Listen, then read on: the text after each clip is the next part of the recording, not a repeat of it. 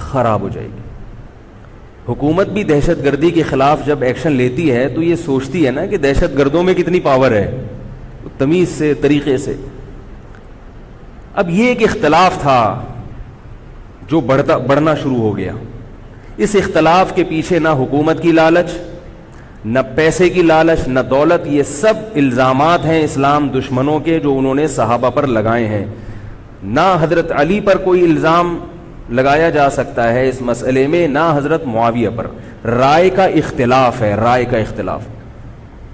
ابتدا میں حضرت معاویہ کے ساتھ بہت سارے صحابہ تھے, میں یہ تو نہیں کہہ رہا زیادہ, بہت سارے صحابہ, جن میں حضرت عائشہ رضی اللہ تعالی عنہا بھی تھی. بعد میں حضرت عائشہ رضی اللہ تعالی عنہا کا موقف تبدیل ہو گیا جب انہوں نے دیکھا کہ اس سے مسئلہ حل ہونے کے بجائے اور بگڑ رہا ہے. تو حضرت معاویہ نے حضرت علی کی بیعت سے انکار کیا, کہا کہ جب تک حضرت عثمان کے قاتلوں کو چوک پہ نہیں لٹکایا جاتا میں آپ کے ہاتھ پہ بیعت کرنے کے لیے تیار نہیں ہوں.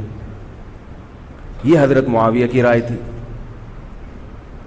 حضرت علی کی رائے یہ تھی کہ میرے لیے یہ فی الحال ممکن نہیں ہے, لہذا, اور اس سے ہو کیا رہا ہے, حکومت دو حصوں میں ڈیوائیڈ ہو رہی ہے. ان کی رائے یہ تھی کہ حضرت معاویہ رضی اللہ تعالی عنہ کو اپنے اس مطالبے سے دستبردار ہو کر میرے ہاتھ پہ بیعت کر لینی چاہیے. اور قرآن کا حکم ہے وَإِن طَائِفَتَانِ مِنَ الْمُؤْمِنِينَ اقْتَتَلُوا فَأَصْلِحُوا بَيْنَهُمَا فَإِن بَغَتْ إِحْدَاهُمَا عَلَى الْأُخْرَى فَقَاتِلُوا الَّتِي تَبْغِي حَتَّى تَفِيءَ إِلَى أَمْرِ اللَّهِ, کہ اگر مسلمانوں کا کوئی فریق بغاوت پہ اتر آئے, حکومت وقت سے لڑائی کرے, قاتل التی تبغی, تو جو طبقہ حکومت کو تسلیم نہیں کر رہا یا حکومت کے خلاف بغاوت کر رہا ہے اس سے قتال کرو. حضرت علی کا موقف یہ تھا کہ قرآن مجید کی یہ آیت مجھ سے مطالبہ کر رہی ہے کہ جو لوگ میرے ہاتھ پہ بیعت نہیں ہو رہے جبکہ میری خلافت قائم ہو چکی ہے, تو میں مسلمانوں میں تاکہ اختلاف اور انتشار نہ ہو میں اس فریق کو تلوار کے زور سے بیعت کرنے پر مجبور کروں. بات آ رہی ہے سمجھ میں کہ نہیں آ رہی ہے؟ آج تو پولیس بھی نہیں بلا سکتے, موبائل ہی نہیں ہے بھائی, بند پڑے ہوئے, ورنہ میں پولیس بلوا لیتا آج آپ کو بات سمجھانے کے. لیکن میں کہتا ہوں کہ میں پولیس اگر بلواتا, اگر پولیس ہی کو سمجھ میں نہیں آئی, یہ بھی تو بڑا مسئلہ ہے. خیر, تو حضرت علی کا موقف یہ تھا. حضرت معاویہ کا موقف یہ تھا کہ حکومت کے خلاف بغاوت غلط ہے نا, جس کو حکومت مان لیا ہو, جب تک میں نے خلیفہ مانا ہی نہیں ہے تو میرا یہ عمل بغاوت نہیں کہلائے گا. یہ اختلاف رائے ہے, اور یہ اختلاف صحابہ میں بھی ہوا ہے, تابعین میں بھی ہوا ہے, ائمہ مجتہدین میں بھی ہوا ہے, اور آج تک ہوتا آ رہا ہے. اس قسم کے اختلافات مکمل ختم نہیں ہو سکتے. یہ صحابہ میں بھی ہوا ہے, قرآن و حدیث کو سمجھنے کا اختلاف کہا جاتا ہے اس کو. اور اس اختلاف کے بارے میں نبی صلی اللہ علیہ وسلم کی صحیح حدیث ہے, اذا اجتہد المجتہد فإن أصاب فله أجران وإن أخطأ فله أجر واحد. جب کوئی مجتہد اجتہاد کرتا ہے, کیا مطلب, قرآن و حدیث کو سمجھنے کی کوشش کرتا ہے, اگر وہ صحیح نتیجے پر پہنچ جائے تو اس کو 2 اجر ملتے ہیں, اگر غلط نتیجے پر پہنچے تو بھی 1 اجر ملتا ہے اس کو, اس لیے کہ اس کے بس میں جو تھا وہ اس نے کر لیا. اب پیغمبر تو موجود نہیں ہے جو آگے بتائیں گے کہ یہ صحیح کر رہا ہے, یہ غلط کر رہا ہے. میں نے اپنے ایک استاد سے ایک مرتبہ پوچھا کہ حضرت یہ علماء میں جب اختلاف ہوتا ہے کسی مسئلے میں تو عوام بڑی پریشان ہوتی ہے, کیا کریں ہم؟ انہوں نے فرمایا کہ عوام کو یہ بتاؤ کہ ہم پیغمبر نہیں ہیں اور ہم پیغمبر سے براہ راست مسئلہ پوچھ نہیں سکتے. ہمارے پاس جو قرآن و سنت ہے اور جو فقہائے کرام نے اس قرآن و سنت کی تشریح کی ہے, جو فقہ کی کتابیں ہیں, ہم اس میں دیکھتے ہیں. اب اس میں 2 علماء کی رائے میں اگر اختلاف ہو جائے تو اس اختلاف کو ختم کرنے کا ہمارے پاس کوئی راستہ نہیں ہے. نبی ہوتے تو ہم پوچھ لیتے, جب راستہ نہیں ہے تو بھائی اللہ کے نبی نے فرما دیا کہ جو تمہارے بس میں ہے وہ کر لو. اگر درست بات تک پہنچ گئے ڈبل اجر, نہیں پہنچے تو بھی اجر. اس میں ہمیں بتا دیا کہ اسلام پر عمل کے لیے اتنا کافی ہے کہ جو تمہاری استطاعت میں ہے وہ کر لو. نہیں آئی بات سمجھ میں؟ اب یہ اختلاف چھوٹے مسائل میں بھی ہو سکتا ہے اور بڑے مسائل میں بھی ہو سکتا ہے. تیسری بھی ایک جماعت تھی. یہ دو اختلاف تو پتہ چل گئے نا, حضرت علی کا موقف, حضرت معاویہ کا موقف.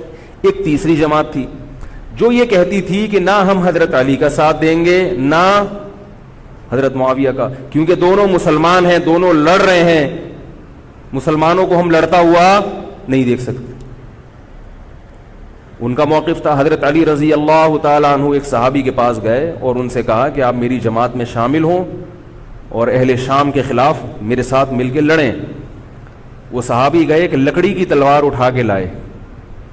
انہوں نے کہا کہ میں نے رسول اللہ صلی اللہ علیہ وسلم سے سنا ہے کہ فتنے کا دور ہوگا, مسلمان آپس میں لڑیں گے, تو تم اس وقت اپنی تلوار کو لکڑی کی بنا لینا.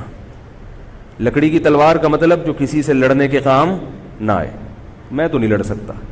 اب حضرت علی نے یہ نہیں کہ اس پہ تلوار رکھ دیا کہ نہیں تو تو جائے گا, یا تو دائرہ اسلام سے خارج ہے, یا تو باغی ہے, ٹھیک ہے نہیں آ رہی سمجھ میں چھوڑ دو. آج جو فتنے کھڑے ہو رہے ہیں نا, وہ اس پہ نہیں ہو رہے کہ صحیح کیا ہے غلط کیا ہے. فتنہ اس پر ہو رہا ہے کہ جو مجھے سمجھ میں آ رہا ہے وہ میں تھوپ کے اس کو مسلط کر دوں. مجھے اگر رفع الیدین سمجھ میں آ رہا ہے تو پوری دنیا رفع الیدین کیوں نہیں کر رہی, اور اگر مجھے ترک رفع الیدین سمجھ میں آ رہا ہے تو یہ چند لوگ رفع الیدین کیوں کر رہے ہیں. صحابہ کے دور میں رفع الیدین بھی ہوتا تھا اور ترک بھی ہوتا تھا, پھڈے نہیں ہوتے تھے. صحابہ کے دور میں زور سے آمین بھی تھی اور آہستہ آمین بھی تھی, جھگڑے نہیں تھے. صحابہ کے دور میں امام کے پیچھے فاتحہ پڑھنے والے بھی تھے اور امام کے پیچھے فاتحہ کو ناجائز اور حرام سمجھنے والے بھی تھے, مگر پھڈے بازی بولو بھائی نہیں تھی. تو حضرت علی رضی اللہ تعالیٰ عنہ نے ان صحابی کو مجبور نہیں کیا. حضرت علی کی فوج میں عمار ابن یاسر رضی اللہ تعالیٰ عنہ بھی تھے, زبیر ابن عوام, عبداللہ ابن زبیر رضی اللہ تعالیٰ عنہ, عبداللہ ابن زبیر ابن عوام. حدیث میں آتا ہے کہ جب جنگ صفین میں, جنگ جمل میں دونوں فوجیں آمنے سامنے کھڑی ہوئی ہیں, زبیر ابن عوام رضی اللہ تعالیٰ عنہ نے تقریر کی, اہل شام سے خطاب کر کے کہا کہ اے اہل شام, ہم جانتے ہیں کہ تمہارے ساتھ محمد صلی اللہ علیہ وسلم کی زوجہ ہیں حضرت عائشہ, جو ہمارے موقف سے متفق, یہ صحیح بخاری کی روایت ہے, جو ہمارے موقف سے متفق نہیں ہیں لیکن ہے نبی کی بیوی, اور ساتھ کس کا دے رہی ہیں, تمہارا. اب اعتدال دیکھیں صحابہ کی رائے میں. فرمایا اللہ کی قسم ہم یہ جانتے ہیں کہ جیسے وہ دنیا میں نبی کی زوجہ تھیں, جنت میں بھی نبی کی زوجہ ہوں گی, اگرچہ وہ اس معاملے میں ہمارے خلاف ہیں, مگر اس کی وجہ سے ہم ان کے جنتی ہونے کا انکار نہیں کر سکتے. کیا مطلب, ان کی سمجھ میں جو آ رہا ہے وہ اس کے حساب سے کر رہی ہیں, لیکن ہماری سمجھ میں ان کی بات نہیں آ رہی. کیوں؟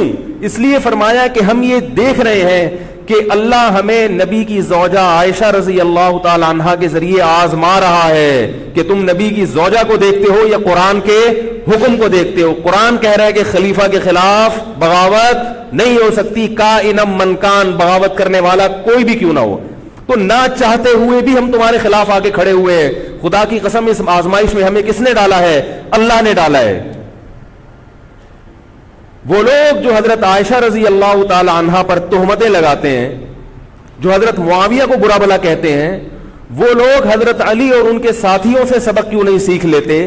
ایک مرتبہ میرے پاس ایک سوال آیا, سوال کرنے والے نے حضرت معاویہ کی شان میں گستاخی کا پورا ایک باب باندھا ہوا تھا.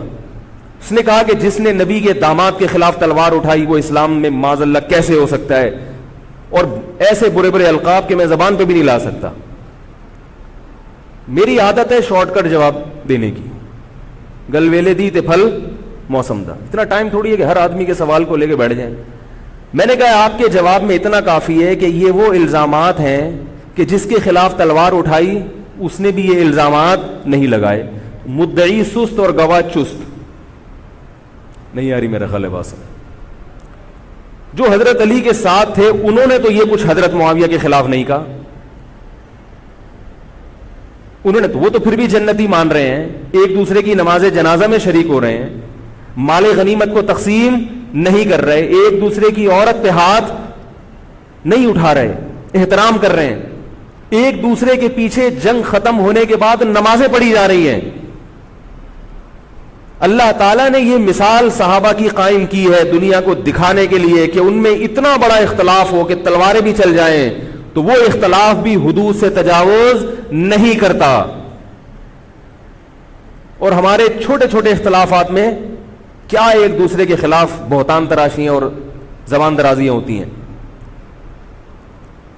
تو یہ اختلاف تھا حضرت علی اور حضرت معاویہ کا, جس میں 3 فریق تھے. ایک حضرت علی تھے, ان کا موقف یہ تھا کہ میرے لیے تلوار اٹھانا واجب ہے. حضرت علی کے ساتھ جو لوگ تھے ان کا بھی یہ موقف تھا. حضرت معاویہ کا یہ موقف تھا کہ میں باغیوں کی فہرست میں آتا نہیں ہوں. کیوں نہیں آتا؟ اس لیے نہیں آتا کہ میں نے خلافت کو تسلیم نہیں کیا, اور ان کے ساتھ بھی صحابہ کرام کی ایک جماعت تھی.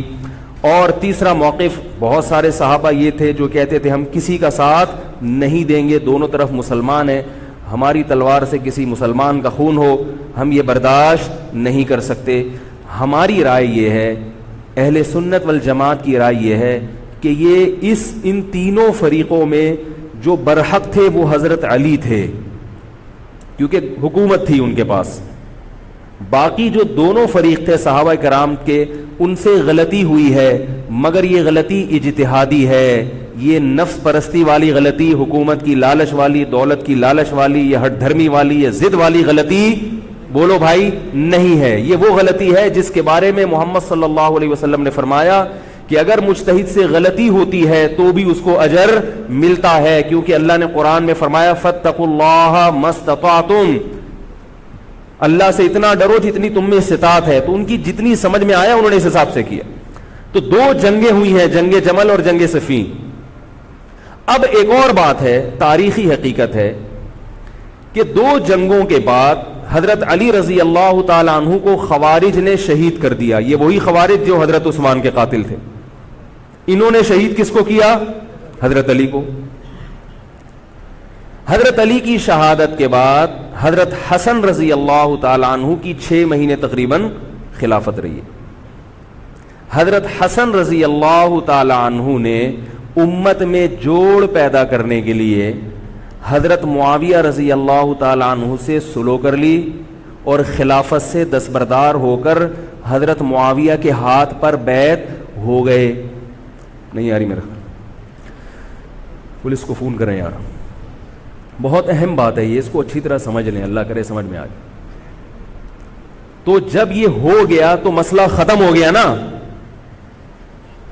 لوگوں نے حضرت حسن سے کہا, یہ میں بالکل مستند روایتیں پیش کر رہا ہوں, اس کے سب کے حوالے ہیں, اور بہت ایسا نہیں ہے کہ تاریخ کی کتابوں کے, یہ احادیث کی کتابوں کے سے پیش کر رہا ہوں. حدیث کا جو معیار ہے وہ تاریخی کتب سے بہت زیادہ ہوتا ہے. لوگوں نے حضرت حسن سے یہ کہا کہ یہ تو عار اور ذلت کی بات ہے کہ آپ کے والد نے جس کے خلاف 2 جنگیں لڑی ہوں, تو آپ اپنے والد کی جس سے دشمنی رہی ہو, بیٹا اس سے بیعت ہو رہا ہے. ہمارے ہاں اس کا تصور ہے. سیاسی لوٹے ہمارے ہاں بہت ہیں, مگر وہ بھی دنیاوی مفاد میں دائیں بائیں لڑکتے ہیں. آخرت کی خاطر کوئی اپنے عہدے سے دستبردار ہو جائے, یہ نہیں ہوتا. حضرت حسن اہل بیعت میں سے ہیں. حضرت حسن بیعت ہو گئے کس کے ہاتھ پر؟ حضرت معاویہ. لوگوں نے کہا یہ عار اور ذلت کی بات ہے. تو حضرت حسن کے وہ تاریخی الفاظ ہیں کہ میں دنیا کی ذلت کو جہنم کی آگ پر ترجیح دیتا ہوں. کیا مطلب؟ میں مسلمانوں کو آپس میں لڑتا ہوا نہیں دیکھ سکتا, میں نہیں لڑتا ہوا دیکھ سکتا. اب کوئی اس بیس پر حضرت علی پہ الزام لگائے کہ اس کا مطلب وہ لڑتا ہوا دیکھ سکتے تھے. بھائی ان کا جو موقف تھا, جو ان کی سمجھ میں آیا وہ انہوں نے کیا. حضرت حسن کا موقف اپنے والد کے موقف سے مختلف تھا. یہ اختلاف رائے ہو سکتا ہے. ان کا موقف یہ تھا کہ بھئی حضرت معاویہ حکومت کے اہل ہوں یا نہ ہوں یہ ایک الگ بحث ہے. اگر میں ان کے مقابلے میں متوازی حکومت قائم کروں گا تو پھر مطالبہ ہوگا حضرت عثمان کے قاتل سے قصاص, جو کہ ممکن نہیں ہے, اور پھر یہ لڑائی آگے چلے گی. تو بہتر ہے کہ دستبردار ہو جاؤ کہ حضرت آپ ہمارے خلیفہ ہیں, آپ ہمارے امیر ہیں. نبی صلی اللہ علیہ وسلم اس کی پیشگوئی پہلے کر چکے تھے. حضرت حسن رضی اللہ تعالیٰ عنہ کے بارے میں فرما چکے تھے کہ اللہ میرے اس بیٹے کے ذریعے مسلمانوں کے دو فریق میں صلح پیدا کریں. تو جو اہل بیت سے محبت کرنے والے لوگ ہیں ان کو بھی چاہیے کہ کوئی ایسا کام نہ کریں جس سے مسلمانوں میں دوبارہ سے اختلاف اور انتشار پیدا ہو جائے. جوڑ کی اہمیت شریعت میں زیادہ ہے. اب جب حضرت معاویہ کی خلافت قائم ہوئی ہے, حضرت معاویہ نے حضرت حسن رضی اللہ تعالیٰ عنہ کے اکرام میں کوئی کسر نہیں چھوڑی. اس پر متواتر روایات ہیں کہ حضرت معاویہ جتنا حضرت حسن کا اکرام کیا کرتے تھے اتنا کسی کا اکرام نہیں کرتے تھے. بہت زیادہ آپ کو عزت دی حضرت معاویہ رضی اللہ تعالیٰ عنہ نے. حضرت معاویہ کے بعد یزید کی خلافت قائم ہوئی ہے, حکومت قائم ہوئی ہے. حضرت معاویہ صحابی رسول تھے. بہت سارے صحابہ کو آپ کے طریقہ حکومت پر اعتراض تھا کیونکہ بہرحال باقاعدہ سلیکشن نہیں ہوئی تھی, لیکن پھر بھی صحابہ کرام نے جب حضرت حسن بیعت ہو گئے تو باقی کس کو اعتراض کا ہوگا بھائی. پھر حضرت معاویہ رضی اللہ تعالیٰ عنہ کے دور میں بہت جہاد ہوا ہے. اسلامی خلافت, ہمارا جو بر صغیر میں اسلام آیا ہے اس کا بہت بڑا حصہ حضرت معاویہ کے دور میں اسلام آیا. یہاں حضرت معاویہ کے بعد جب یزید خلیفہ بنا ہے مسلمانوں کا تو بہت سارے صحابہ نے یزید کے ہاتھ پہ, بہت سارے تو نہیں, چند صحابہ نے یزید کے ہاتھ پر بیعت کرنے سے انکار کر دیا. وہ اتنے تھوڑے صحابہ ہیں جن کو انگلیوں پہ گنا جا سکتا ہے, جن میں حضرت حسین بھی تھے, حضرت حسن نہیں, حضرت حسن کے بھائی, بولو بھائی, حضرت حسین. جمہور صحابہ کا موقف یہ تھا کہ یزید کا طریقہ خلافت اگرچہ غلط ہے, طریقہ حکومت اگرچہ غلط ہے, مگر رسول اللہ صلی اللہ علیہ وسلم کی صحیح احادیث موجود ہیں. نبی صلی اللہ علیہ وسلم نے فرمایا, صحیح بخاری کی حدیث ہے, اسمعوا واطیعوا ولو سلط علیکم رجل حبشی کأن رأسہ ذبیبہ. آپ صلی اللہ علیہ وسلم نے فرمایا, سنو اور اطاعت کرو اگرچہ تم پر کوئی حبشی غلام مسلط کر دیا جائے جس کا سر کشمش کی طرح پچکا ہوا ہو. کیا مطلب؟ سلیکشن نہیں ہوئی بلکہ زبردستی مسلط ہو گیا کسی بھی طرح سے, اور جو مسلط ہوا وہ کسی بھی لحاظ سے حکومت کرنے کا اہل نہیں ہے, غلام ہے. غلام کبھی بھی حکومت کا اہل نہیں ہوتا, اور غلام بھی حبشی, کالا کلوٹا, گوروں سے جس کو ویسے ہی تبھی نفرت ہو, بھائی ہم سارے سفید ہیں اور یہ ایک بلیک کہاں سے آ گیا دوسری قوم کا آدمی. انسان دوسری قوم کے آدمی کو قبول نہیں کرتا, قوم بھی دوسری, اور فرمایا شکل بھی اچھی نہیں ہے. بھائی حاکم کم از کم شکل کا اچھا ہو تو اطاعت کرتے ہوئے مزہ آتا ہے, شکل بھی اچھی نہ ہو تو آدمی کہتا ہے یار اس کی مانوں میں, عجیب سا ہے. یہ فطرت ہے انسان کی. لوگ کوشش کرتے ہیں امام لائے تو شکل بھی اچھی ہو اس کی, یہ کوشش کرتے ہیں لوگ. امام میں پتہ نہیں کیا کیا دیکھ رہے ہوتے ہیں. تو کیا ہے, شکل بھی اچھی نہیں ہے اور عقل بھی نہیں ہے, سر پچکا ہوا ہے کس کی طرح, کشمش کی طرح. صحیح ہے بخاری کی حدیث. مطلب یہ کہ کسی بھی لحاظ سے نہ لک وائز اچھا لگ رہا ہے آپ کو, نہ اس کے اندر صلاحیتیں ہیں, مگر مسلط ہو گیا, کسی نے بھی مسلط کر دیا. تو آپ نے فرمایا اب اس کے خلاف بغاوت نہیں کرنی, اس کی اطاعت کرنی ہے. آپ کہیں گے یہ کیسا حکم ہے بھائی اسلام کا, ایک آدمی نا اہل ہے مگر اس کی مان کے چلو تو مروا دے گا. یہ اس لیے اسلام نے حکم دیا ہے کہ اس کے پاس پاور تھی تو مسلط ہوا ہے نا. کیا خیال ہے بھائی؟ تو اب جب اس کے خلاف چلو گے تو اس سے وہ ہٹنے والا نہیں ہے, وہ خون خرابہ کر دے گا, قتل و غارت کرے گا اور فساد پیدا کر دے گا وہ. کیونکہ اگر وہ کمزور ہوتا تو خلیفہ بنتا نہیں. وہ خلیفہ کی, حاکم کی ڈیفینیشن کیا ہے؟ جس کے پاس قوت نافذہ ہو. ایک دن ایک صاحب کہنے لگے مسلم لیگ کے دور میں, جنرل مشرف کے دور میں اس کو نہیں مانتا, میں اس کو نہیں مانتا. میں نے کہا آپ کے ماننے نہ ماننے سے کچھ نہیں ہوتا, وہ مسلط ہو گیا ہے, جس طریقے ہیلی کاپٹر سے آیا ہو یا فرشتے اس کو لائے ہوں. کیونکہ حاکم کی جو ڈیفینیشن ہے کہ جس کے پاس قوت نافذہ ہو. قوت نافذہ اردو کا گاڑا لفظ ہے. قوت نافذہ کہتے ہیں کہ جب وہ کچھ کہتا ہو تو کر کے دکھا سکتا ہو. چاہے فوج کے ذریعے, چاہے پولیس کے ذریعے, چاہے کسی بھی طریقے. ایک آدمی کو پوری قوم نے سلیکٹ کر لیا مگر اس کی سنتا کوئی نہیں ہے, وہ کچھ کہتا ہے تو اس کے منہ سے الفاظ نکل کے ہوا میں تحلیل ہو جاتے ہیں, چلتی کسی اور کی ہے, وہ جو کہتا ہے کر کے دکھا دیتا ہے. تو اصل حاکم کون ہے؟ جو کہتا ہے اور کر کے دکھا دیتا. اب یہ ایک الگ بحث ہے کہ یہ ظالم ہے, یہ غلط طریقے سے آیا ہے, اس پر بحث ہو سکتی ہے کہ جب یہ غلط طریقے سے آیا ہے تو اس کو قانون کے دائرے میں رہ کے ہٹانے کی کوشش کی جائے, لیکن مسلح بغاوت کرنا, اس کے خلاف بندوق اٹھانا, اس کے خلاف تلوار اٹھانا, اس کی شریعت نے اجازت نہیں دی. میں یہ نہیں کہہ رہا کہ اس کی مخالفت کی اجازت نہیں دی. نبی صلی اللہ علیہ وسلم نے فرمایا سب سے بہترین جہاد ظالم بادشاہ کے سامنے حق بات کہنا ہے. کہنے کی حد تک آپ کو مخالفت کی اجازت ہے کہ بھائی یہ جو وزیر اعظم کا بیان آیا ہے یہ بیان ملک کا بیڑا غرق کر دے گا, ان کی پالیسیاں صحیح, جیسے آج کل ہو رہا ہے کہ اخباروں میں کالم نگار اپنی اپنی رائے لکھتے ہیں حکمرانوں کے بارے میں, لکھنے کی حد تک, بولنے کی حد تک ہے. آپ مسلح دستہ لے کے بغاوت کرنے پر آ جائیں, اس کی شریعت نے اجازت, بول لو بھائی کچھ نہیں ہوتا. یہ قرآن اور سنت سے بات ثابت ہے, اس کی شریعت نے اجازت نہیں دی ہے, کیونکہ آپ یہ کریں گے تو اللہ نے دنیا کو اسباب کے ساتھ جوڑا ہوا ہے. آپ کے پاس کچھ بھی نہیں ہے, نہ آپ کے پاس ٹینک ہے, نہ آپ کے پاس آرمی ہے, نہ آپ کے پاس پولیس ہے, آپ کے پاس صرف جذبہ ہے. خالی جذبہ اگر کارآمد ہوتا تو نوح علیہ الصلوۃ والسلام اور آپ کے ساتھ جو 40 افراد تھے ان میں بہت جذبہ تھا, مگر ایک طرف پوری دنیا تھی. اللہ نے جہاد کا حکم نہیں دیا. اللہ تعالیٰ نے اس دنیا کو صرف جذبات کے ساتھ یا ایمان کے ساتھ منسلک نہیں کیا, اس دنیا کو دارالاسباب بنایا ہے. جذبے کے ساتھ ساتھ کچھ طاقت اور قوت بھی ہونی چاہیے, اور یہ قوت حکومت کے پاس ہوتی ہے, پبلک کے پاس بول لو یار نہیں ہوتی. اگر پبلک کے پاس ہے تو وہ بھی حکومت کی پالیسیاں ہوتی ہیں کہ یہ بھی لیاری گینگ رہنے دو تھوڑے دنوں کے لیے, ان لوگوں کے پاس تھوڑا سا کلاشن کوفے رہنے دو, حکومت جب چاہے غائب کر دے. وہ یہ جو کلاشن کوفے لے کے لوگ گھوم رہے ہوتے ہیں نا اور بتا رہے ہوتے ہیں ہم امام مہدی کا لشکر ہیں, یہ سب گورنمنٹ کے لوگ ہوتے ہیں. آئی بات سمجھ میں؟ گورنمنٹ کی طرف سے ان کو پرمٹ ملا ہوتا ہے, ورنہ آپ چاقو لے کے بھی, جو خنجر ہے نا وہ بھی لے کے ذرا گھوم کے دکھاؤ. تو جو بھی امام مہدی کا لشکر کا دعویٰ کر رہا ہے اور کہہ رہا ہے میں یوں کر دوں گا, میں یوں کر دوں گا, میرے ساتھ آ جاؤ, تو سمجھ لو گورنمنٹ نے اس کو خود ہی بٹھایا ہوا ہے. اور بعض دفعہ حکومت اپنی مخالفت کے لیے بھی بندے بٹھا دیتی ہے. یہ ایجنسی والے بڑے ہوشیار ہوتے ہیں, یہ اپنی مخالفت کے لیے پبلک بندوں کو خرید کے بٹھاتے ہیں کہ تم آرمی کے خلاف اور ایجنسیوں کے خلاف تقریریں کرو اور جہاد کا اعلان کرو. اس کا نتیجہ کیا نکلتا ہے؟ جو جو جہاد کے اعلان میں ان کے ساتھ ہوتے چلے جاتے ہیں ان کے نام ایجنسیوں کے پاس پہنچ جاتے ہیں.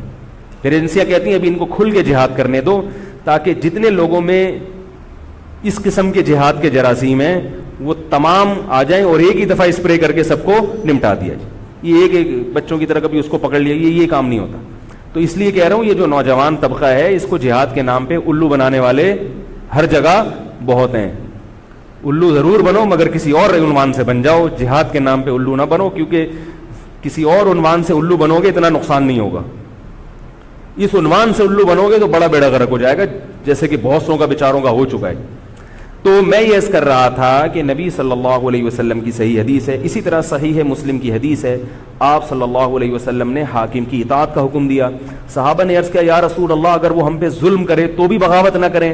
آپ نے فرمایا وَإِن ضَرَبُوا ظَهْرَكَ, اگرچہ وہ تمہاری پیٹھ پہ کوڑے مارے, ایسا ظالم ہو, پھر بھی بغاوت.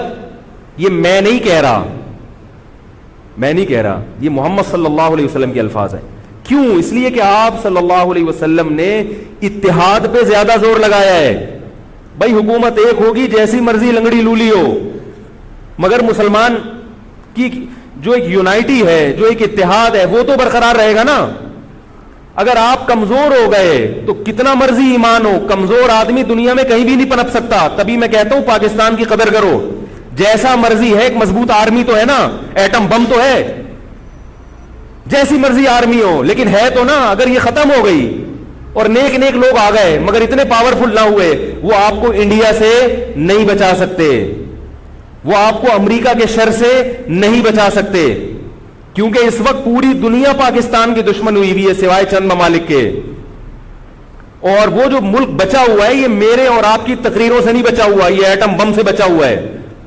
اللہ نے دنیا کو اسباب کے ساتھ جوڑ دیا. ایٹم بم بھی ہے اور پھر ایمان کی طاقت بھی ہے کسی حد تک, جو کہ بہت ہی شارٹ ہو گئی ہے ایمان کی طاقت. تو دونوں چیزیں چلتی ہیں ساتھ, صرف بم بھی کافی نہیں ہے. اللہ نے فرمایا اگر تم تقوی اختیار کرو گے تو اللہ تمہاری مدد کرے گا, ورنہ نہیں کرے گا. تو دونوں چیزیں ضروری ہیں. تو حضرت معاویہ کے بعد یزید کے بارے میں جمہور صحابہ کا موقف یہ تھا کہ یہ جیسا مرضی ہو, ظالم ہو, عادل ہو, یہ ایک الگ بحث ہے, مگر ہے بہرحال یہی. پاور کس کے پاس ہے؟ اسی کے پاس. حضرت حسین رضی اللہ تعالیٰ عنہ کا موقف یہ تھا کہ میں یزید جیسے آدمی کے ہاتھ پر بیعت کرنے کے لیے تیار. بولو بھائی, نہیں, میں نہیں بیعت کرتا اس کے ہاتھ. کیونکہ یزید کے بارے میں خبریں تھیں, بعض کہتے تھے شراب پیتا ہے. حضرت مفتی محمد تقی عثمانی صاحب کا انہوں نے فرمایا ہے کہ کسی مستند روایت سے ثابت نہیں ہے شراب پینا. روایتیں ہیں مگر کوئی اوتھینٹک روایت نہیں ہے. تو اب نتیجہ کیا نکلا کہ حضرت حسین رضی اللہ تعالیٰ عنہ کے پاس کوفہ سے خطوط آئے. کوفہ کا گورنر تھا ابن زیاد, وہ بھی یزید کا آدمی تھا, بڑا ظالم آدمی تھا وہ. اہل کوفہ کے خطوط آئے کہ آپ آ جائیں یہاں پر, یہاں سب لوگ آپ کے ہاتھ پر بیعت کرنے کے لیے تیار ہیں. حضرت حسین کا خیال یہ تھا کہ اگر یہ سب تیار ہیں تو یزید کی حکومت بغیر لڑائی کے, بغیر بڑے قتال کے, مسلمانوں کے خون خرابے کے بغیر ختم ہو سکتی ہے. آئی بات سمجھ میں؟ جو انفارمیشن آپ کو ملی تھی, جو نالج آپ کو ملی تھی, وہ نالج غلط تھی. اگر وہ نالج صحیح ہوتی تو حضرت حسین کبھی کربلا کی طرف رخ نہ کرتے, کیونکہ حضرت حسین کا موقف بھی یہی تھا کہ مسلمانوں کی تلواریں آپس میں نہ چلیں. حضرت حسین رضی اللہ تعالیٰ عنہ کے پاس جب 50 سے زیادہ خطوط آئے ہیں اہل کوفہ کی طرف سے کہ آپ آئیے, آپ آئیے, آپ آئیے, تو پہلے حضرت حسین رضی اللہ تعالیٰ عنہ نے اپنے رشتہ دار جو آپ کے چچزاد تھے مسلم بن عقیل, ان کو بھیجا. نتیجہ کیا نکلا؟ مسلم بن عقیل کا وہاں پر حکومت نے گرفتار کر کے ان کو قتل کر دیا. اب یہ ایک ایسا ظلم تھا جس کے ظاہر ہے کہ کسی کو سفیر بنا کے بھیجا جائے, کسی کو حال احوال دیکھنے کے لیے بھیجا جائے, اور حضرت حسین کی نیت ہرگز بغاوت کی نہیں تھی. مگر کوفہ کے گورنر کو اور یزید کو یہ خیال تھا کہ خلافت کے اصل اہل یقیناً یہی ہیں. کہیں ایسا تو نہیں ہے کہ یہ امیر بننا چاہتے ہیں, یہ خلیفہ بننا چاہتے ہیں. ایک خوف اس کے دل میں بیٹھ گیا تھا, ایک لاشعور میں خوف ہوتا ہے نا, انسان کے دل میں بیٹھ جاتا ہے کہ آپ 100 دفعہ بھی کہیں بھی میری یہ نیت نہیں ہے, مگر وہ ڈر رہا ہوتا ہے کہ یار یہ کچھ کر نہ لیں. تو جب مسلم بن عقیل کو شہید کیا گیا, حضرت حسین رضی اللہ تعالیٰ عنہ جا چکے تھے. جب حضرت حسین رضی اللہ تعالیٰ عنہ کوفہ کی طرف جا رہے تھے, بہت سارے صحابہ نے آپ کو منع کیا, جن میں عبداللہ ابن عمر رضی اللہ تعالیٰ عنہ بھی تھے, عبداللہ ابن عباس رضی اللہ تعالیٰ عنہ بھی, کہ آپ یہ کام نہ کریں. بعض نے تو کہا کہ ہمیں آپ کی شہادت کا یقین ہے, کیونکہ جس حالات میں آپ جا رہے ہیں حکومت یہ سمجھے گی کہ بغاوت کرنے آ رہے ہیں, لہذا وہ آپ کو کیا کرے گی, اس بیس پہ قتل نہیں کرے گی کہ آپ نواسہ رسول ہیں, کیونکہ وہ بھی مسلمان تھے. اس بیس پہ قتل کرے گی کہ آپ کی نیت کیا ہے, حکومت کے خلاف بغاوت. تو ان کے پاس ایک اپنے آپ کو برحق ثابت کرنے کے لیے ایک دلیل ہوگی کہ حکومت کا باغی جو بھی ہو اسے کیا کر دو, قتل.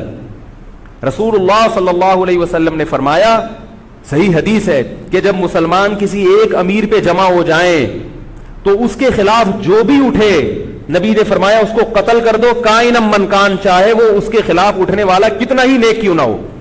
یہ حدیث کے الفاظ ہیں. حضرت حسین کا موقف یہ تھا کہ میں نے ابھی تک یزید کی خلافت اور حکومت کو تسلیم نہیں کیا, لہذا میں اس وعید میں داخل نہیں ہوں. اب ہوا یہ کہ حضرت حسین رضی اللہ تعالی عنہ جب گئے ہیں اور کربلا کے مقام پہ پہنچے ہیں, تو وہاں آپ رضی اللہ تعالیٰ عنہ کو مسلم بن عقیل کی شہادت کا بھی پتہ چلا, اور اندازہ ہوا, میں بہت شارٹ کر کے سنا رہا ہوں, اندازہ ہوا کہ حالات ایسے نہیں ہیں جیسے میں سمجھ رہا تھا. عبید اللہ جو ابن زیاد تھا بدبخت, اس نے حضرت حسین کو یہ کہا کہ بغیر کسی شرط کے حضرت حسین کو گرفتار کر کے لاؤ اور میرے ہاتھ پر بیعت کراؤ. یہ رسول اللہ صلی اللہ علیہ وسلم کے نواسے کا نواسے کی توہین تھی کہ آپ صلی اللہ علیہ وسلم کے نواسے ہیں اور ان کے ساتھ ایسے معاملہ کیا جائے جیسے ایک عام شخص کے ساتھ معاملہ کرتے ہیں. ان کو گرفتار کر کے معاذ اللہ گھسیٹ کے لاؤ اور میرے ہاتھ پر بیعت پر کیا کرو, ان کو مجبور کرو. حضرت حسین رضی اللہ تعالیٰ عنہ کا کربلا کے میدان میں موقف یہ تھا کہ میں اگر بیعت ہوں گا تو ڈائریکٹ یزید کے ہاتھ پہ بیعت ہوں گا جو مسلمانوں کا خلیفہ ہے, ابن زیاد کے ہاتھ پر بیعت نہیں ہوں گا. یہ بھی اس تاریخ کا ایک اہم پہلو ہے کہ حضرت حسین نے کوفہ جانے کا ارادہ ترک کر دیا اور کربلا سے شام جانے کا آپ رضی اللہ تعالیٰ عنہ نے ارادہ کر لیا. اور بعض مورخین نے لکھا ہے کہ حضرت حسین جو واپس آ رہے تھے تو وہ کربلا سے گزر رہے تھے, وہ واپسی کا راستہ ہی شام کا راستہ ہے. نہیں آ رہی بات میرا خیال ہے سمجھ. وہ جس ٹریک پر چل رہے تھے وہ راستہ کون سا ہے, وہ شام کو جاتا ہے. یہ اس کی علامت ہے کہ آپ یزید سے ملاقات کے لیے, مذاکرات کے لیے تیار بولو بھائی ہو چکے تھے کہ میں خود براہ راست یزید سے مل کے حال احوال دیکھتا ہوں, اگر مجھے سمجھ میں آئے تو میں اس کے ہاتھ میں بیعت ہو جاؤں گا. حضرت حسین رضی اللہ تعالی عنہ کا مقصد حکومت کے خلاف تلوار اٹھانا بولو بھائی نہیں تھا, ورنہ وہ اس کے لیے تیار نہ ہوتے. مگر جو ابن زیاد تھا اس نے حضرت حسین رضی اللہ تعالی عنہ اور آپ کے ساتھ جتنے اہل بیت تھے ان پر ظلم یہ کیا اس بدبخت نے کہ اس نے انہیں شام جانے کا راستہ نہیں دیا اور اس میں اپنی توہین محسوس کی کہ میرے ہاتھ پر بیعت کیوں نہیں ہو رہے, اور لشکر بھیجا جس لشکر نے چاروں طرف سے حضرت حسین رضی اللہ تعالیٰ عنہ کو گھیرا. حضرت حسین نے کہا کہ میں عزت کی جو موت ہے اس کو ذلت کی زندگی پر ترجیح دیتا ہوں. کوئی بھی غیرت مند ہوتا تو اس وقت یہی کرتا کہ بھئی جب میں اپنے دعوے سے بھی دستبردار ہو گیا اور میں شام جانے کے لیے بھی تیار ہو گیا, اب میرا راستہ روکنے کی کیا حقیقت ہے. اللہ تعالی کوفہ کے گورنر کے ذریعے حضرت حسین کا قتل کروانا چاہتے تھے تاکہ اس کی بدبختی ساری دنیا کے سامنے ظاہر ہو جائے. اگر حضرت حسین پھر بھی تلوار چلاتے, پھر بھی لڑتے, تو حضرت حسین پر یہ الزام لگایا جا سکتا تھا کہ معاذ اللہ آپ باغیوں میں ہیں. تو اللہ تعالیٰ نے اپنے نبی کے نواسے کو اس الزام سے محفوظ رکھا اور آپ نے لڑائی کا ارادہ ترک کر دیا. حضرت حسین نے کربلا کے میدان میں جو لڑائی لڑی ہے وہ اقدامی لڑائی نہیں تھی, وہ دفاعی لڑائی تھی. دیکھو جب حکومت آپ کو گھیر لے چاروں طرف سے, آپ کہیں ٹھیک ہے بھائی میں لڑائی سے دستبردار ہوتا ہوں, مجھے میرے گھر جانے دو. حضرت حسین کا ایک مطالبہ یہ بھی تھا کہ یا تو مجھے واپس جانے دو مدینہ, میں جہاں سے آیا ہوں وہیں جا رہا ہوں واپس, مکہ جانے دو یا مدینہ جانے دو. ان کا ایک مطالبہ تھا کہ نہیں, ان کو گرفتار کر کے لاؤ اور زبردستی ہمارے ہاتھ پر بیعت کراؤ. یہ ظلم تھا. نتیجہ کیا نکلا ہے کہ کربلا کے میدان میں آپ کو گھیر کر آپ کو بھی شہید کر دیا گیا, اور جتنے اہل بیت تھے مرد سوائے امام زین العابدین کے جو حضرت حسین رضی اللہ حضرت حسن کے بیٹے تھے, ان کے علاوہ جتنے بھی اہل بیت تھے ان سب کو قتل کر دیا گیا. اور یہ اسلامی تاریخ پر ایک بدنما داغ ہے یہ واقعہ کہ ایک اسلامی حکومت تھی اور اس کے اسلامی حکمران تھے, اور ان حکمرانوں کے ہاتھوں محمد صلی اللہ علیہ وسلم کے نواسے کا سر جو ہے وہ گردن اڑائی گئی ہے. مجھ سے خدا کی قسم یہ الفاظ ادا نہیں ہو رہے, میں اپنے جذبات پہ بہت زیادہ کنٹرول کر رہا ہوں. وہ منظر کیا ہوگا کہ جب نبی صلی اللہ علیہ وسلم کے نواسے, آپ صلی اللہ علیہ وسلم کے نواسے کی گردن اڑائی گئی ہوگی. تو یہ بہت ایک اسلامی تاریخ میں ایک بدترین واقعہ ہے. لیکن بات یہ ہے کہ جب یہ واقعہ ہو گیا اور قتل کر دیا گیا, باقی جتنے بھی جو زندہ بچے تھے اہل بیت وہ یزید کے پاس لے جائے گئے. روایات میں آتا ہے کہ یزید نے ان کا اکرام کیا اور ان کو عزت کے ساتھ تحفے تحائف دے کر واپس کیا.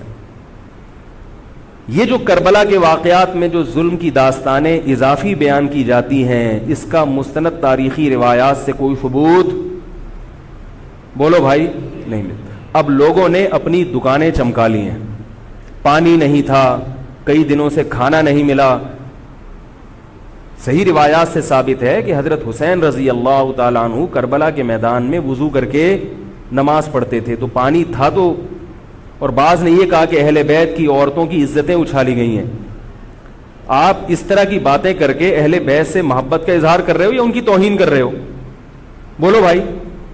اگر کوئی عزت دار پاک دامن عورت ہو, بالفرض اس کی عزت پہ ڈاکہ ڈلتا ہے بالفرض, تو آپ اس بات کو چھپاؤ گے نا, آپ جھوٹ بولو گے, بولو گے نہیں بھائی اس کی عزت پہ کوئی آنچ نہیں آئی ہے. کیونکہ جب عورت کی عزت کو آپ کوئی تار تار کر دے اور آپ ممبر پہ بیٹھ کے اس کو بتا دو, تو وہ عزت تار تار ہونے سے اتنی بے عزتی نہیں ہوگی جتنی اس بات کو بیان کرنے سے اس کی بے عزتی ہوگی. حقیقت یہ ہے کہ کسی مستند روایت سے ثابت نہیں ہے کہ اہل بیت کی عورتوں کی عزتوں کو اچھالا گیا. وہ نبی کے گھرانے کی عورتیں تھیں, ان کا ناخن بھی کوئی نامحرم مرد نہیں دیکھ پاتا تھا. دوپٹہ اتر گیا زینب کا اور زینب کی چادر چھن گئی, یہ سب غلط ہے, یہ سب من گھڑت باتیں ہیں. چونکہ وہ بہرحال مسلمان تھے جو حضرت حسین کے خلاف لڑ رہے تھے, ظالم تھے, اس میں کوئی شک نہیں ہے. اس سے بڑا ظلم اس کائنات میں ہوا نہیں ہوگا کہ ایک شخص جو اپنے آپ کو مسلمان کہتا ہے اور وہ نبی کے نواسے کو قتل کر دے اور اہل بیت کو قتل کر دے. اسلامی سیاست میں اتنی گندی تاریخ ہمیں کبھی بھی نہیں ملتی. حضرت عثمان کا بھی قتل ہوا, وہ بھی بہت بڑا ظلم تھا, مگر یہ ظلم اس ظلم کی نوعیت سے بڑھ کر تھا, کیونکہ حضرت عثمان کا قتل حکومت کے ہاتھوں نہیں ہوا ہے, باغیوں کے ہاتھوں ہوا ہے. یہاں حضرت حسین کا قتل کس کے ہاتھوں ہوا ہے؟ حکومت کے ہاتھوں ہوا ہے, جس پر لوگ بیعت کر چکے تھے. تو یہ اسلامی تاریخ میں ایک بہت بڑا بدنما داغ ہے, مگر اس کو بیان جس انداز سے کیا جاتا ہے اور جتنے قصے کہانیاں من گھڑت سنائے جاتے ہیں ان کا حقیقت سے تعلق نہیں ہے. ہماری نظر میں چاہے پانی بند کیا ہو یا نہیں کیا ہو, کھانا ملا ہو یا نہیں ملا ہو, ہماری نظر میں حضرت حسین رضی اللہ تعالی عنہ کا سر قلم کر دینا ہی کائنات کا بدترین ظلم ہے. یہی ایسا ظلم ہے کہ جس پر جتنا غم کیا جائے کم ہے. غم منایا نہیں, غم کیا جائے. منانا الگ چیز ہے, غمزدہ ہونا الگ چیز ہے.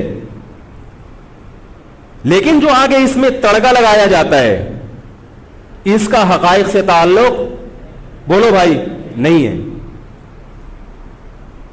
یہ دکانیں ہیں جو چمکائی, اس میں سب برابر ہیں, شیعہ بھی سنی بھی. بہت سارے سنی علماء بھی کربلا کے واقعے کو بہت ہی بھیانک انداز سے بیان کرتے ہیں, اور مقصد کیا ہوتا ہے؟ پبلک کو رلانا. ایک رونا وہ ہوتا ہے جو خود سے آئے, اور ایک رونا ہوتا ہے باقاعدہ آپ کو آرڈر پہ رونے کے لیے اور رلانے کے لیے بلایا جائے. وہ رمضان میں نے بتایا تھا نا کہ میں نے ختم قرآن پہ دعا کی تو مجھے رونا آ گیا, بہت زیادہ رونا آیا. اگلے دن ایک صاحب کہنے لگے مولوی صاحب آج بھی ایسی ایک دعا ہو جائے. میں نے کہا میں آرڈر پہ نہیں روتا, میں آرڈر پہ نہیں روتا. اب تو آ بھی رہا ہوگا تو نہیں آئے گا. نہ انسان کسی کے مشورے سے ہنس سکتا ہے اور نہ انسان کسی کے مشورے سے رو. اگر آپ کسی کے مشورے پہ رو رہے ہیں اس کا مطلب ڈرامے بازی. آپ کو فلم کا ایکٹر ہونا چاہیے, آپ کو ڈرامے جوائن کرنے چاہیے, وہاں آپ اچھے چل سکتے ہیں. جیسے کہ ہمارے ایک مشہور اسکالر ہیں, ان کے بارے میں لوگ یہ کہتے ہیں ان کو فلموں میں ہونا چاہیے تھا, پتہ نہیں یہ جیو پہ کیوں آ رہے ہیں. وہ آرڈر پہ روتے بھی ہیں, آرڈر پہ. اب چونکہ یوٹیوب کا دور ہے, میں پہلے جو کربلا کے واقعات جو لوگ بیان کرتے ہیں ان کی تقریریں نہیں سنتا تھا. اب کیا ہوتا ہے, بعض دفعہ بیٹھے ہوئے ہیں کہیں سفر پہ جا رہے ہیں تو یوٹیوب کی ویڈیو, ہم نے کہا چلو یار ہم بھی سن لیں. ایسی چہک چہک کے منہ بنا بنا کے گھما گھما کے تقریریں ہوتی ہیں, لگتا ہے کہ یہ باقاعدہ ایک ڈرامہ ہے, اداکار ہے, فنکار ہے جس کو ڈرامے بازی کے لیے یہاں پہ. یہ حضرت حسین کی شہادت کو کیش کرا رہے ہیں.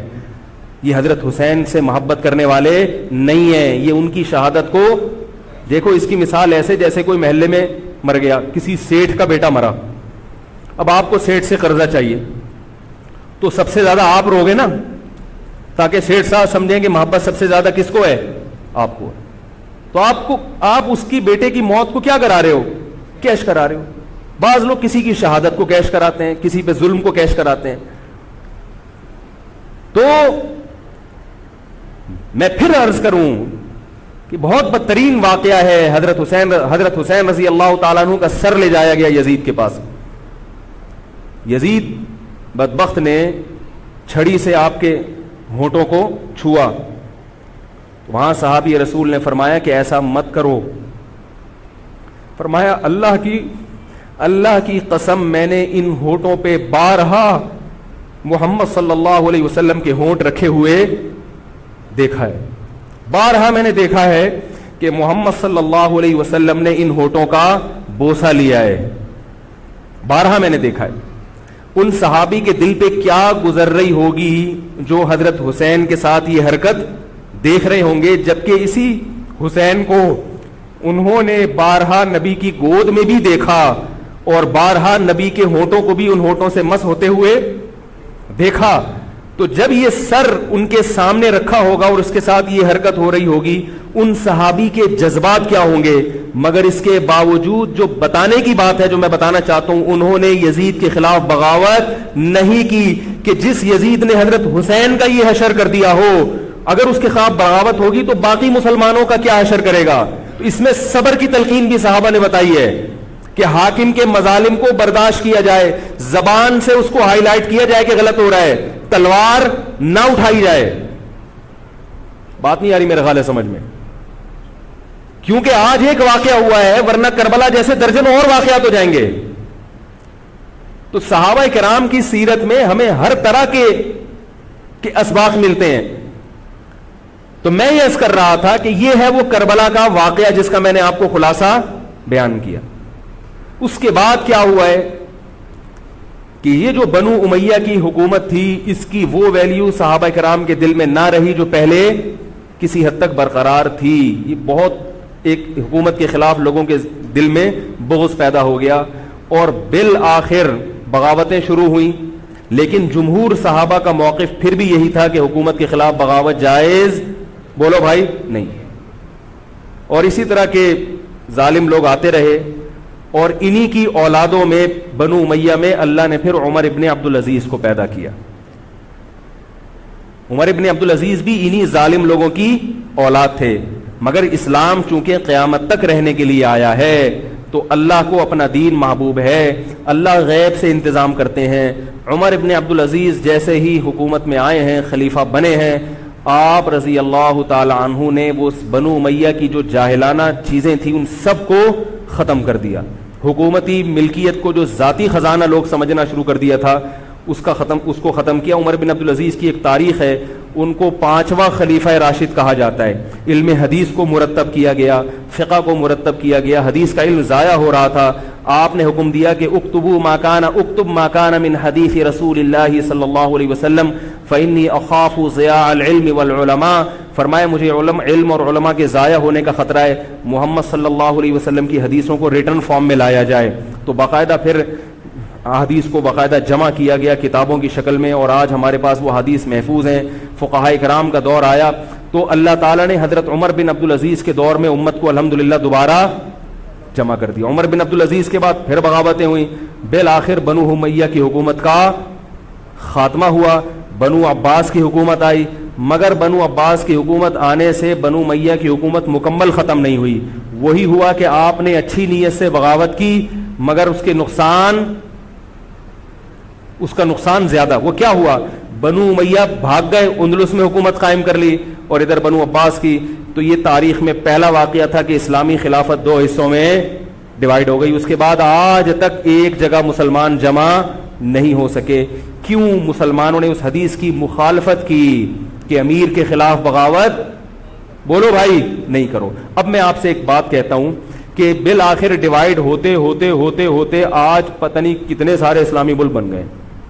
پاکستان میں الگ ہے, سعودی عرب کی پالیسیاں الگ ہیں, دبئی الگ چل رہا ہے, قطر اور سعودیہ کا پھڈا ختم نہیں ہو رہا. 1920 تک تو پھر بھی خلافت عثمانیہ تھی, اگرچہ پوری دنیا پہ نہیں تھی. ہندوستان میں الگ حکومت تھی, خلافت عثمانیہ الگ تھی, اندلس میں الگ حکومت تھی, مگر پھر بھی مسلمانوں کی 3-4 بڑی بڑی حکومتیں تھیں جو ایک اور کسی حد تک ان میں اتحاد تھا. 1920 میں وہ بھی ختم, اور اتنے سارے ممالک وجود میں آ گئے, سب کی الگ الگ پالیسیاں ہیں. اب جو آدمی خلافت کے نام پہ جہاد کی بات کرتا ہے وہ لوگوں کو ایک امیر پہ جمع نہیں کرے گا. جتنے ملک بن چکے ہیں نا, ان کو مزید توڑ کے, اگر یہ 20 ہیں تو 40 بنا دے گا ان کو. بہت مشکل ہے سمجھانا بھائی. اب اگر کوئی کہتا ہے نا ظالم حاکم کے خلاف تحریک چلاؤ, آؤ ہمارے ساتھ مسلح بغاوت میں شامل ہو, ہم حکومت کے خلاف تلوار اٹھائیں گے, تو نتیجہ کیا نکلے گا؟ یہ سارے مل کے ایک امیر نہیں بن جائیں گے. یہ اگر 20 ہے نا تو کتنے ہو جائیں گے؟ بولو بھائی, 40. جیسے جو جماعت المسلمین بنی نا کہ 4 فقہ ہیں, حنفی, شافعی, مالکی, ہم بھی یہ نہیں مانتے, تو سب کو ختم کرو, ایک بناؤ. تو اس ایک بننے سے یہ ختم نہیں ہوئے, بلکہ 4 کے بعد کتنے ہو گئے؟ 5 ہو گئے.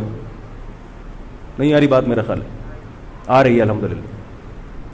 اور بھی جو بھی اس کی باتیں کر رہے ہیں نا امت کو اتحاد کے لیے آ جاؤ میرے پاس آ جاؤ, تو وہ چھٹا بنا رہا ہے, 7واں بنا رہا ہے, پھر 8واں بنا رہا ہے, ایسے بنتے چلے جا رہے ہیں. او بھائی جو ہے وہاں بریک لگا دو, اللہ کا واسطہ روک دو ان کو, کوئی بات نہیں, چاہ رہے ہیں جو جس کو فالو کرے ٹھیک ہے, کچھ نہیں ہوتا اس سے, ہمیشہ سے چلے آ رہے ہیں.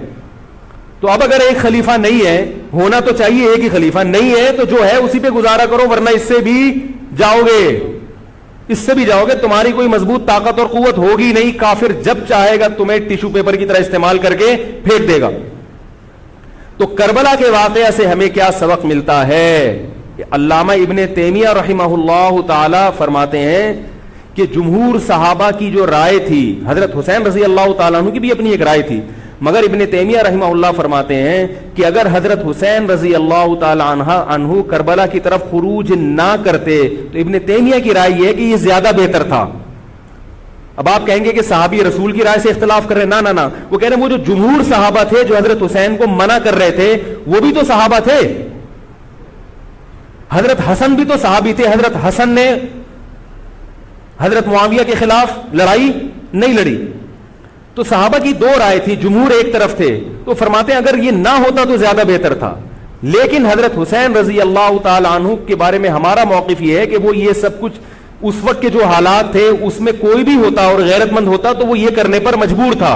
اور اس میں دھوکہ کس نے دیا حضرت حسین کو؟ اہل کوفہ نے, جس کا حضرت حسین کو علم نہیں ہو سکا. اب میں آپ سے ایک بات عرض کر رہا ہوں, یہ تو میں نے کربلا کی تاریخ کا آپ کو خلاصہ بیان کیا ہے. اس میں جو میں نے ایک دعویٰ کیا کہ اس میں مظالم جو بیان کیے جاتے ہیں اس میں غلو ہے بہت, اس غلو کی ایک دلیل گل ویلے دی تے پھل موسم دا. اب میں آپ کو تاریخی کتابوں کے حوالے دوں, وہ بہت لمبی بات ہوگی, اس میں بہت تضاد ہے. آپ یہ جو خطیب ہے نا جو کربلا کے مظالم بیان کرتے ہیں, ان خطیبوں کے بیان سنیں, ہر آدمی کا بیان دوسرے سے مختلف ہوگا. یہ خود اس کی علامت ہے, یہ کسی ایک بات پر ٹکنے کے لیے تیار نہیں ہے. ان کا مقصد ہے رونا اور پبلک کو رلانا. رونے کا اپنا ایک مزہ ہے. آپ کہیں گے بھائی رلانے میں کیا ملتا ہے؟ بھائی جیسے ہنسنے کا مزہ ہے ایسے ہی آرڈر پہ باقاعدہ رونے کا بھی ایک تو رونا غم سے ہو رہا ہوتا ہے, اس میں مزہ نہیں آتا. ایک آرڈر پہ جب انسان روتا ہے اس کا اپنا ایک مزہ ہے. تو اللہ کے بندو, حضرت حسین کی شہادت کو کیش مت کراؤ. صحابہ کرام پہ جو مظالم ہوئے ہیں ان کو آپ اپنی ذات کو چمکانے کا اور اپنی دکانداری کا ذریعہ نہ بنائیں, چاہے کوئی سنی ہو یا شیعہ ہو. بعض سنی لوگ بھی بڑا تڑکا لگاتے ہیں اس میں, تو ایسا نہیں ہے. اس بارے میں نے جو اسٹڈی کی ہے, مطالعہ کیا ہے, سب سے زیادہ مضبوط تحریر, سب سے زیادہ مضبوط موقف حضرت مفتی محمد تقی عثمانی صاحب دامت برکاتہم کا ہے. حضرت مفتی محمد تقی عثمانی صاحب دامت برکاتہم کی شخصیت ایسی ہے, دیکھو جو مولوی ہوتا ہے نا وہ مولویوں کو سمجھتا ہے, پبلک نہیں سمجھتی. ڈاکٹر کو پتا ہے نا کہ کون سا ڈاکٹر اچھا ہے کون سا گڑبڑ ہے. عام آدمی تو اس کو اچھا سمجھیں گے جو لوگوں کو الو بنا رہا ہے. پبلک کو نہیں پتا ہوتا کہ کس میں کتنا دم ہے. او بھائی سونار کو پتا ہوگا نا کہ یہ اصلی سونا ہے یا ہمارے جاننے والے ہیں کباڑ, وہ دھات پہ ہاتھ رکھ کے بتاتے ہیں پیتل ہے, سونا ہے, تانبا ہے, لوہا ہے, ہاتھ رکھ کے بتا دے گا. حالانکہ اس نے کسی یونیورسٹی سے کوئی کورس نہیں کیا, نہ کوئی سائنسدان ہے. وہ کام کیا ہے کباڑ کا, ساری زندگی یہی کام کیا ہے. تو جو مولوی لوگ ہوتے ہیں ان کی ساری زندگی اسی میں گزری ہوتی ہے, پڑھنے پڑھانے میں, بشرطے کہ ہوں بھی مولوی. روحانی علاج والے مولوی نہیں ہوتے, نام کے مولوی ہوتے ہیں. ان کو پڑھنے کے علاوہ دنیا کا سارے کام آتے ہیں. کتابوں سے ان کو نفرت ہوتی ہے, بس جھاڑ پھونک جن چڑیل وہ اسی سے دکانداری چمچاتے ہیں. ہر داڑھی والا ہر پگڑی والا مولوی نہیں ہوتا. تو جو مولوی ہوتا ہے اس کو پتا ہوتا ہے کہ کون سا مولوی کتنے پانی میں ہے. تو میں تو نہیں دعویٰ کرتا کہ میں عالم ہوں, لیکن آپ لوگ تو مجھے مولوی سمجھ کے آئے ہیں نا, عالم سمجھ کے آئے ہیں. تو آپ کے نظریے کے مطابق میں کہتا ہوں کہ اگر آپ مجھے عالم سمجھتے ہیں تو میں آپ کو بتاؤں کہ پاکستان میں حضرت مفتی محمد تقی عثمانی صاحب جیسا مضبوط علم والا, اور علم بھی بہت سے لوگوں کے پاس ہوتا ہے مگر اعتدال نہیں ہوتا طبیعت میں, وہ باہر کے ماحول سے متاثر ہو جاتے ہیں. حضرت مفتی محمد تقی عثمانی صاحب دامت برکاتہم العالیہ وہ علم میں مضبوط بھی ہیں, اور ان کی جو زبان سے نکلے ہوئے الفاظ یا ان کے قلم سے لکھی ہوئی تحریر بہت ہی نپی تلی ہوتی ہے. ایک حرف بھی اس میں غیر ضروری نہیں ہوتا, اور ایک حرف بھی ایسا نہیں ہوتا جو ضروری ہو اور نہ آیا ہو اس میں. بہت کسی فرقے کی مخالفت بھی کرتے ہیں, بڑی تمیز سے کرتے ہیں وہ. ہم لوگوں کی کیا عادت ہوتی ہے, اب کسی کے خلاف چلو تو کوشش کرو دائرہ اسلام سے کسی طرح باہر نکل جائے گی, کوشش یہی ہوتی ہے. وہ نکل نہیں رہا ہوتا تو مجبوراً پھر اس کو مسلمان ماننا پڑتا ہے. کیا خیال ہے؟ کوشش یہ ہوتی ہے کہ اسلام کا جو دائرہ ہے وہ اس میں میں رہوں اور 2-4 میرے مرید رہیں, لیکن چونکہ پبلک اس کو مانتی نہیں تو مجبوراً ان کو بھی دائرہ اسلام میں داخل کرنا پڑتا ہے. تو حضرت مفتی محمد تقی عثمانی صاحب کی جو تحریریں ہیں وہ بڑی جاندار ہوتی ہیں, ان کو پڑھا کرو اللہ کے بندو. عالم کا یوٹیوب سے نہیں پتہ چلتا کون مفتی ہے کون کیا ہے. حضرت مفتی تقی عثمانی صاحب کی پاکستان میں اتنی عزت نہیں ہے جتنا غیروں نے ان کو عزت دی ہے. سعودی عرب میں جاؤ, امام حرم ان سے مسائل پوچھتے ہیں. ایک صاحب نے مجھے بتایا کہ میں نے امام حرم کو 25 منٹ تک ان سے فون پہ بات کرتے ہوئے دیکھا اور ان سے مسائل پوچھتے ہوئے. عرب علماء ان کی قدر کر رہے ہیں, ملیشیا میں ان کی قدر ہے, پاکستان میں لوگوں کو ان کا پتہ ہی نہیں. میں یہ نہیں کہہ رہا کہ وہ ان سے کوئی خطا ہو ہی نہیں سکتی. تکافل کے معاملے میں حضرت مفتی محمد تقی عثمانی صاحب کی جو رائے ہے, تو میں تو بہت ہی چھوٹا آدمی ہوں, میں یہ نہیں کہہ سکتا, لیکن جن علماء کی رائے ان کے خلاف ہے میرا موقف بھی وہی ہے. میں تکافل کے معاملے میں حضرت مفتی تقی عثمانی صاحب کی رائے کو ہم لوگ صحیح نہیں سمجھتے, لیکن بہرحال اجتہادی اختلاف ہے, یہ نہیں کہ وہ غلط ہیں. تو ہماری رائے ہے کہ اس معاملے میں حضرت سے اجتہادی غلطی ہوئی ہے. میری نہیں, میں تو بہت چھوٹا آدمی ہوں ان کے مقابلے میں, لیکن ہمارے بڑوں کی رائے ہے. اور اس کی جو میں نے ٹوٹی پھوٹا جو اس میں تحقیق کی ہے, مجھے بھی تکافل کے ناجائز ہونے پر اطمینان ہے. بہت اس میں بحث کی ہے, دارالعلوم کے علماء سے بھی ملا ہوں. حضرت مفتی محمد تقی عثمانی صاحب دامت برکاتہم کے ساتھ جو مجلس ہوئی جامعۃ الرشید کے علماء کی 3 گھنٹے, اس مجلس میں بھی میں موجود تھا. تو میں نے دونوں طرف کے دلائل بہت اچھی طرح سے سنے ہیں, تو مجھے اس کے ناجائز ہونے پر اطمینان ہے. لیکن مسئلہ اختلافی ہے, تو جب بڑے حضرات میں جو بڑے علماء ہیں ان میں جب اختلاف ہوتا ہے تو پھر عوام کو چاہیے کہ جس کی رائے پہ ذل زیادہ مائل ہو رہا ہے اس کی رائے کو فالو کر لے, کسی دوسرے پر اعتراض نہ کرے. بات آ رہی ہے سمجھ میں؟ انشورنس کا متبادل ہے نا تکافل, پاقطر تکافل, یا یہ سب میری رائے میں یہ سب ناجائز ہے. اس پر میں کبھی بیان کروں گا کیوں ناجائز ہے. تو بیان تو نہیں کرنا چاہیے, ان اختلافی مسائل کو ممبر پہ نہیں لانا چاہیے, لیکن یہ کہ اب ہر عالم تک اپنی بات پہنچانا بڑا مشکل ہے. تو میں چاہتا ہوں ایک بیان ایسا ہو تاکہ علماء تک بات پہنچ جائے. پھر علماء جب دونوں طرف کے دلائل رکھ کے فیصلہ کر لیں گے جس عالم کی جو رائے بنے, تاکہ دوسرا پہلو سامنے آ جائے. ابھی تو صرف جواز کا پہلو لوگوں کے سامنے آ رہا ہے, عدم جواز والا نہیں آ رہا, تاکہ دونوں پہلو آئیں. پھر علماء کی جو رائے بنے گی, جو جس کی رائے کو فالو کرتا ہے, ٹھیک ہے بھائی. تو میں یہ کر رہا تھا, حضرت مفتی محمد تقی عثمانی صاحب بہت بڑے عالم ہیں, ان کی قدر کر لیں. ان کی تحریریں بڑی معتدل ہوتی ہیں اور ان کی رائے بہت ہی معتدل ہوتی ہے اور بہت مدلل ہوتی ہے. تو کربلا کے بارے میں, یزید کے بارے میں جو حضرت مفتی محمد تقی عثمانی صاحب کی رائے ہے وہ وہی ہے جو میں نے آپ کے سامنے بیان کی ہے. بات آ رہی ہے؟ نہیں آ رہی میرا خیال ہے. تو میں یہ نہیں کہہ رہا کہ میں نے ان کی تقلید میں یہ سب بیان کیا ہے, بلکہ جو مطالعہ کیا تو اس کے بعد ان کی رائے بہت زیادہ جاندار لگی ہے.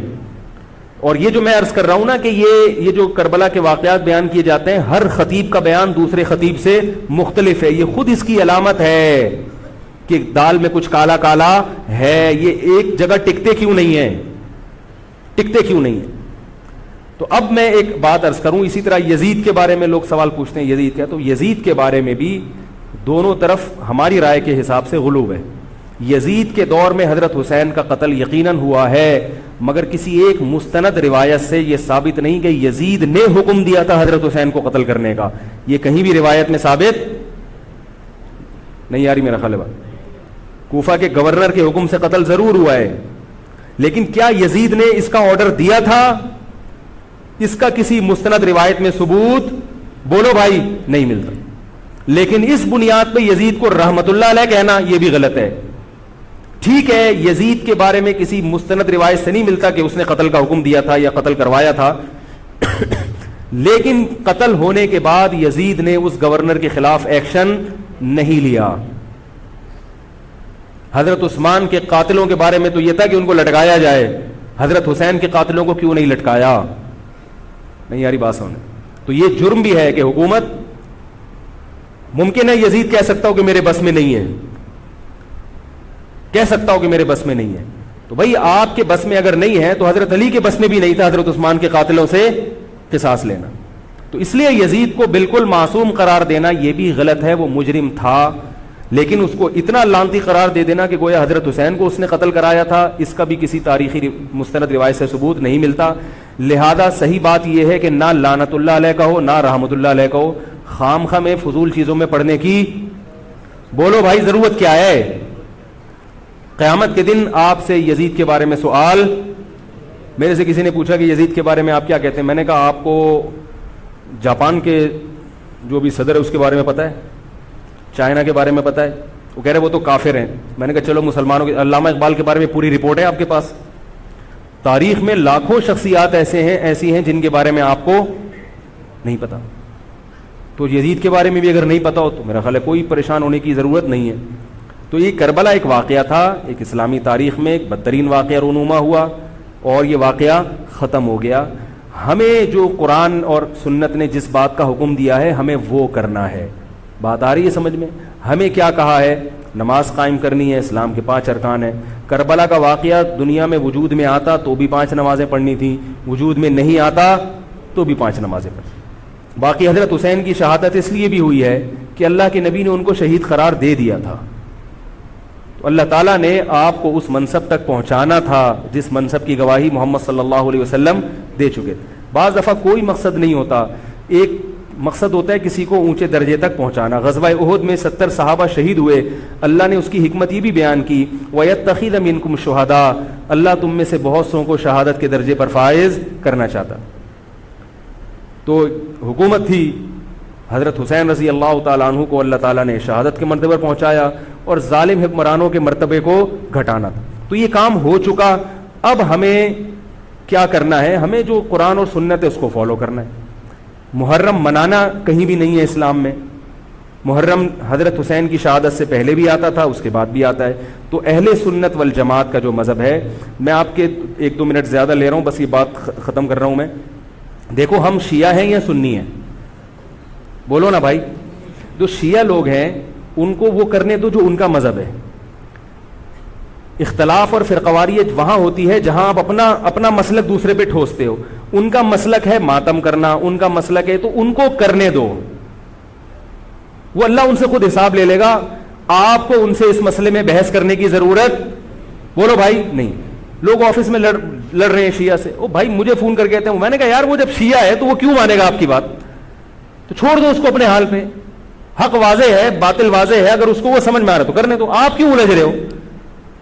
وہ آپ کو تو نہیں لے کے جا رہا نا ماتم کے لیے, کیا خیال ہے؟ تو اس کو بولو بھائی تمہارا مسلک اگر ہے تو تم ٹھیک ہے کرو یہ کام, لیکن یہ کام انڈور ہونے چاہیے, سڑکوں پہ نہیں ہونا چاہیے. سڑکوں پہ ہوگا تو دہشت گردوں کو موقع مل جائے گا دہشت گردی کا, ملک کا امن خراب ہوتا ہے. نہ ربیع الاول کے جلوس سڑک پہ نکلنے چاہیے اور نہ محرم کے جلوس سڑک پہ ہونے چاہیے. انڈور ہو. ربیع الاول میں جس کا مذہب ہے کہ بھئی ہم نے یہ کرنا ہے جلسہ, ٹھیک ہے آپ گھر کے اندر جو مرضی کریں. گھر کے اندر تو کسی کو اجازت نہیں ہے نا گھسنے کی. آپ کوئی ہال لے لیں رینٹ پہ, آپ اس میں کر لیں. تو جو بھی ہے انڈور ہونا چاہیے.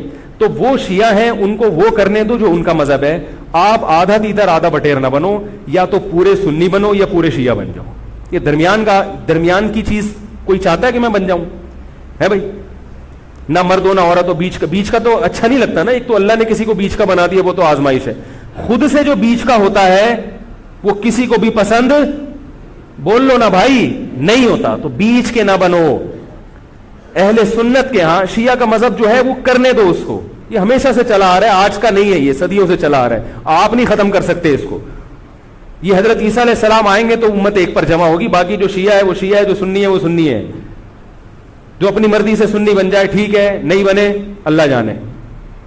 خام خامے فیس بک پر ایک دوسرے کے خلاف کیچڑ, یوٹیوب پر کیچڑ, تقریروں میں کیچڑ. تو میں جو آپ کے سامنے بیٹھا ہوں آپ کو یہ سمجھانے کے لیے کہ آپ ایک فیصلہ کرو, شیعہ ہو یا سنی. اگر سنی ہو تو پھر محرم کی سنی مذہب میں اتنی اہمیت نہیں ہے جتنی ہمارے ہاں بیان کی جاتی. مجھ سے ایک دفعہ کسی نے کہا آپ محرم کی فضیلت پر بیان کریں. میں تھک گیا. میں نے کہا چلو آج بیان ہو ہی جائے. میں نے بیان کیا. میں نے کہا بھائی محرم ان 4 محترم مہینوں میں سے ایک ہے جن میں قتال اور لڑائی جھگڑا منع ہے. بعض علماء کہتے ہیں وہ ان مہینوں کا احترام منسوخ ہو گیا, بعض کہتے ہیں احترام باقی ہے. بہرحال یہ بھی اس میں بھی اختلاف ہے. اور میں نے کہا دوسرا محرم میں جو 10 محرم ہے نبی نے فرمایا کہ اس کا روزہ رمضان کے بعد سب سے زیادہ ثواب. وما علینا الا البلاغ. لوگوں نے کہا یہ کیا ہوا؟ میں نے کہا صحیح روایت سے اور مستند روایت سے محرم کی اتنی ہی فضیلت مجھے معلوم ہے. اس سے زیادہ کے لیے آرڈر دینا پڑے گا آپ کو. بندے ہیں وہ پیسے لیتے ہیں اور وہ لہک لہک کے چہک چہک کے بیان کرتے ہیں. چونکہ صحیح روایتیں اتنی ہی مجھے ملی ہیں, اگر کوئی اور ہو تو بتا دینا, اگلے بیان میں اس کا بھی تذکرہ کر دوں گا. اس سے زیادہ ہمارے علم میں تو یہ سنی مذہب بیان کر رہا ہوں میں آپ کو, اہل سنت والجماعت, اہل سرطن والجنابت نہیں, اہل سنت والجماعت. تو یہ ہے. تو 10 محرم کا روزہ رکھیں جیسے کہ حضرت حسین نے رکھا تھا. حضرت حسین تو روزہ رکھ کے شہید ہوئے اور آپ حلیم کی دیگیں پکا کے کھا رہے ہیں. کامن سینس کی بات ہے کہ عقل کو ماتم کرنے کا دل کرے گا کہ نہیں کرے گا؟ بھائی 10 محرم کا روزہ رکھو, 9 کا ملا لو, 11 کا ملا لو تو اچھا ہے. آج کل علماء کہتے ہیں ایک روزہ بھی رکھ سکتے ہیں کیونکہ یہودیوں سے مشابہت نہیں ہے, بہتر ہے 2 ہی رکھیں, نہیں تو 10 کا بھی رکھ لیں تو بھی غنیمت. تو یہ کام تو ہیں کرنے کے. باقی محرم میں آپ شادی بھی ابھی کریں. نبی صلی اللہ علیہ وسلم نے اپنی زوجہ سے محرم میں نکاح کیا. حضرت حسن نے محرم میں نکاح کیے. حضرت حسن نے تو بہت شادیاں کی ہیں, محرم میں بھی, سفر میں بھی, ربیع الاول میں بھی. اسلام میں کوئی مہینہ منحوس نہیں ہے. محرم اگر ہے تو احترام کا ہے, مبارک ہو سکتا ہے, منحوس. اور حضرت حسین کی شہادت سے محرم کی برکت میں اور اضافہ ہو گیا. شہادت ہمارے یہاں نحوست نہیں ہے, شہادت ہمارے یہاں ایک برکت کی چیز ہے. سمجھ رہے ہو بات کو کہ نہیں سمجھ رہے؟ تو 1-2 باتیں اور ہیں, پھر میں انشاءاللہ نماز کے بعد وہ بیان کروں گا تاکہ یہ موضوع میرا کمپلیٹ ہو جائے. تو جو حضرات بیٹھنا چاہیں وہ بیٹھ سکتے ہیں, جو جانا چاہیں وہ جا سکتے ہیں. ٹھیک ہے نا؟ سلام جب میں پھیر لوں تو جو جانا چاہیں وہ اپنی اخپل طریقے سے دعا مانگ کے جا سکتے ہیں. جو بیٹھنا چاہیں تو 5-6 منٹ میں محرم کے بارے میں کچھ باتیں آپ کو بتاؤں گا جو غلط ہو رہی ہیں, جو کہ نہیں ہونی چاہیے. سمجھ رہے ہیں بات کو؟ سبحانک اللہم و بحمدک نشہد ان لا الہ الا انت نستغفرک و